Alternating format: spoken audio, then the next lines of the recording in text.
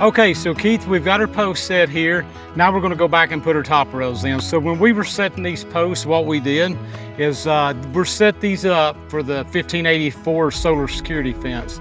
So we know that's an 84 inch tall fence. We're going to finish out about 87 on this particular fence. So doing that, we want to set our cross members in between that second and third line down. So by doing that, that also gives us room to go in and terminate above and below that top rail. And it's really important if you're using wood, because it's going to consume the majority of that opening between those two line wires. So you want to do that so you can tie it, because if you've got a line wire behind that post, it can create some real headache later for you. That's true. But you mentioned the 1584. So we want to set these posts 2.5 times the height of our fence. And the reason being is we want that twitch wire angle to be as flat as possible. I say as flat as possible, but we want it right at 30 degrees. That's correct. And what you can do too, and what we're doing here, is we're not cutting our top rail. So we're going to be a little bit over that length, because that's the material we're working with, and we would rather do that than cut a post and open untreated wood to the elements. That's right. So this top rail will last longer by using the full length top rail rather than cutting it. That's right. And being 16 feet wide, you're talking about a really, really strong brace, really strong twitch wire. Absolutely. So we'll go ahead, we're going to drill these so we know that we came down from the top. So with 1584, our top two spaces are a total of 16 inches. So we came down from that 87, 12 inches, should put us right in the middle. On these, we're using two 5-inch 3/8 brace pins in the middle. Right. The two outsides, we're going to use 10-inch and come all the way through the wood. But Van, you made a great point. When you're talking about cutting into treated lumber, it's horrible around here, because we have so much heat, so much humidity here in Arkansas, it'll rot those posts out. I mean, we can go just west of here.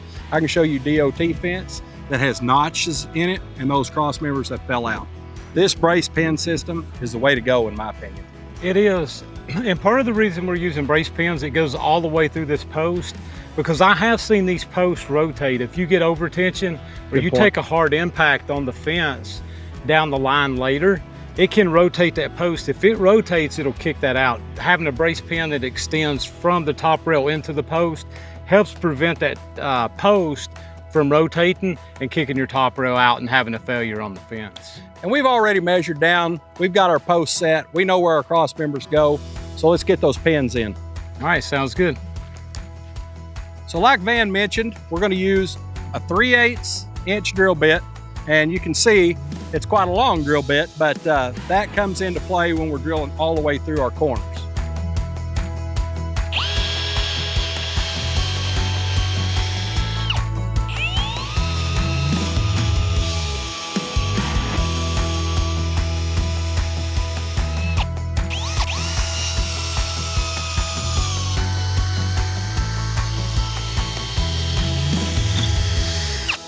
We get a lot of questions about these brace pins online, Van.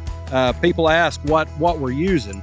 And these are just standard brace pins. They're available at most co-ops and feed stores. Anywhere that carry electric fence supplies will have these brace pins. That's right, and you will notice, Keith, we're using the galvanized brace pins. We use the galvanized pins because they will come in contact with the wire on our outside post.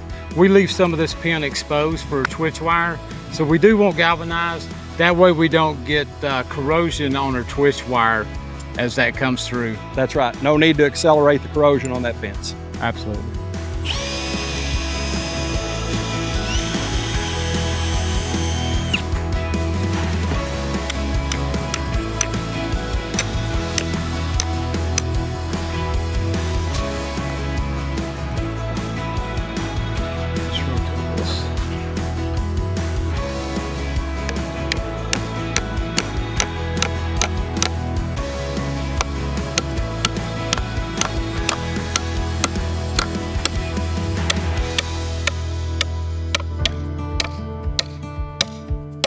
So one question, Keith, that we get quite a bit on top rails is why didn't we put a level on these? But you want these to run parallel with the ground, because if they're running parallel with the ground, it's going to give you the most force. You're staying in the top 2/3 of your post. If I run parallel in East Tennessee, the Rockies, I could potentially have my top rail at the bottom of one post and at the top to get it very good point. level. So, and it all comes down to twitch wire angle, Van, and that Yes. twitch wire should be measured according to your ground. Yep. So you want 30 degrees with your ground. That's correct. And by staying at 30, that keeps that angle down. So when we start putting force on the brace, it'll push back on your pull post. Correct. Rather than giving you uplift. Okay. Typically when a wood brace fails, it's because that post is, or the brace is racking, which means that pull post is lifted out of the ground and it starts to lay over. And one thing we do, Van, is when we're putting that twitch wire in, we build a slider. And that cuts down on the friction of the post, lets us get really tight. And I think we should show how to do that for sure today. Yes. And so when we were putting our brace pins in, we drove these in. This one we drove all the way in because we're going to pull our fence that direction. So this is actually my pull post. These are the line posts of my brace here. And we see that. We see people that put it on backwards. Yeah. And you should always have that twitch wire low on your king, high on your queen, or in this case, it's actually our third post because we built this brace so wide. That's correct. So we'll get started. We'll put our staples in for sliders and get our twitch wire ran. Okay.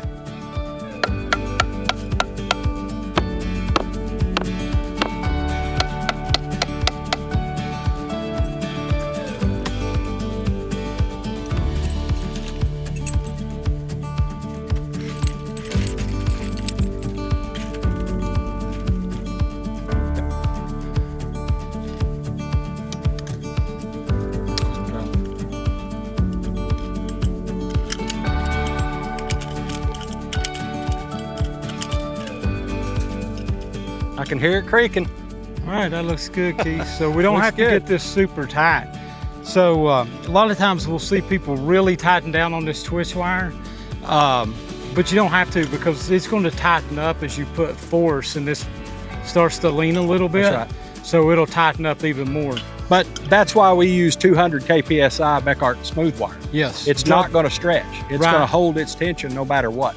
And with high tensile, we do double wrap as well. That's right. That'll get this breaking strength on this up well over 10,000 pounds and probably close to the 15,000 pound range. So it'll last really, last for a long time, and then it's gonna hold up well against pressure.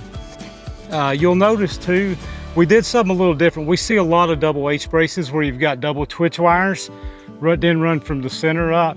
The problem is at that point, we're putting that twitch wire angle really steep on an 8-foot tall fence, or in this case, a 7-foot tall fence. So then we're actually pulling post up with the twitch wire when we get to that extreme of an angle. That's right.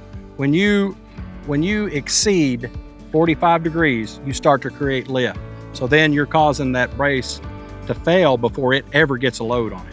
That's correct. And then in cold weather, we get frost heave. So even if we're close to that point, when the ground freezes, it's going to heave those posts. And if you're holding up pressure with that twitch wire, it may hold for a little while, but then with frost heave, it's going to pull that right on out of the ground. Man, that was pretty good. You know, high fence is nothing that people should be afraid of.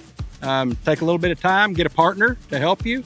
But basically, we build the same way that we do 4-foot, just a little bigger tools occasionally. That's correct. And the big thing is once you learn the geometry and the math behind science, whether it's your braces or the fence, that really doesn't matter if you change height or not on the fixed knot fence. It's a matter of having a partner to hold these longer posts. That's right. And then extending your braces out and then helping to stand that fence up. But not bad at all to put up. So this is, we're ready to start pulling on this, looking forward to it. So check us out at fencing.beckart.com. And when it comes time to purchase your high fence, remember, Beckart, made in the USA. thanks for watching.